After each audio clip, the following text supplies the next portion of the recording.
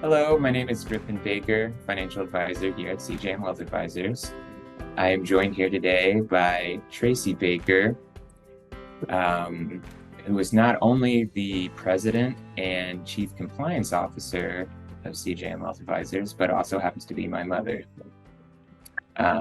We, along with the rest of the planning team, often get phone calls and emails from clients and how they recently were scammed.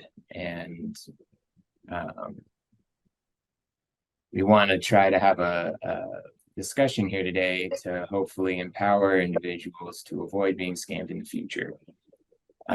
Recently, the Social Security Administration and Federal Trade Commission declared March 9th Slam the Scam Day in an effort to increase financial scam awareness, and what to do in the event that you are scammed.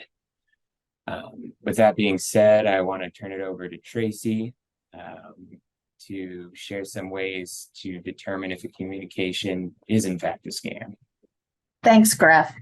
Yeah, we get almost inundated with stories from clients of contacts that they've had from sometimes government authorities, Social Security, or they go and file their taxes and find that in fact someone has filed their taxes for them and already received their refund. There are four basic things that all scams share. And so just remember the 4 P's. The first P is pretend. They will pretend to be an authority. Either it's Social Security, it's the IRS, it can be a medical thing, or it can be a group that gives a prize, Publishers Clearinghouse, those kind of things, the lottery. So the first thing is they're pretending to be something else. Second P is kind of a combination. They'll either put pressure on you to pay something or to win a prize. They'll tell you you've won something, but you've got to give information so they can send you money. They want to get your bank account information. The third is that they pressure you. And that's probably the most important thing. If someone contacts you and puts pressure on you to act immediately regarding something, you can't get off the phone, you can't call them back, you can't reach out to your family members, that is often a sign that it's a scam. And lastly, they'll ask for payment. Even some of the ones with prizes will say, you need to send us money so we can verify your account, and then we'll send you money back. Or they'll ask you to pay them in the form of a gift card. No government agency is asking you to send them gift cards, but that's an unregulated way for them to receive money. So if you can remember those P's, you should be in good shape with avoiding it. That's good to have 4 kind of main types of scams to look out for, and hopefully recognize in future communications. With that, are there preventative ways that you can kind of get ahead so that you aren't scammed to begin with? Well, it's a good question. One of the things that we always tell people is to be very mindful of when someone reaches out to you. If there's a link or it's something that you don't recognize, just don't open it. There are programs that if you open a link will allow the scam artist to get into your computer and even access your emails. So when they do that, then they can then email other people saying they're you.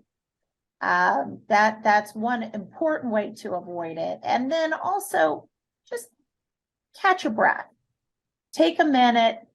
Government agencies are not just going to dial you up and start telling you that, your Social Security has been compromised or you owe money to the IRS.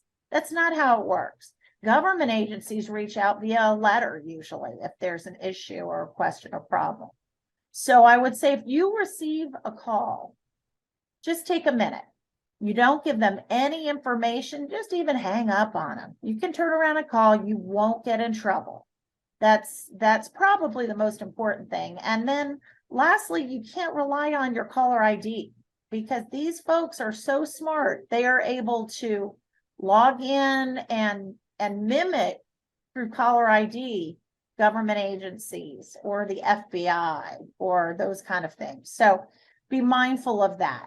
You can hang up. Don't worry. You're not going to get in trouble.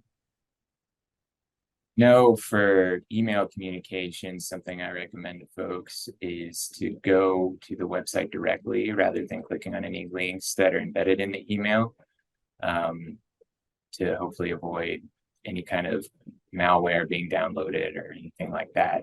Right. That's great advice. That's great advice. Yeah, you just want to be very mindful of that and only open things from people that you actually know. Well, I hope all of you listening are taking notes and want to partner with us to slam the scam. You know, hopefully some of these tools can be used for future communications and stuff like that to hopefully give you peace of mind that you're not actually getting, you know, some terrible thing from the IRS or whatever it may be.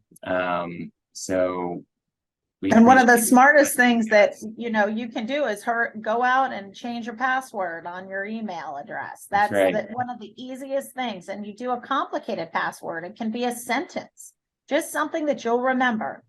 And then that is the best way. I know I did mine last week, and I think everybody is trying to be very mindful of protecting your data and your information.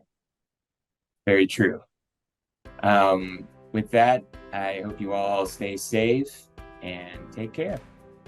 Thank you, Griff. Thank you.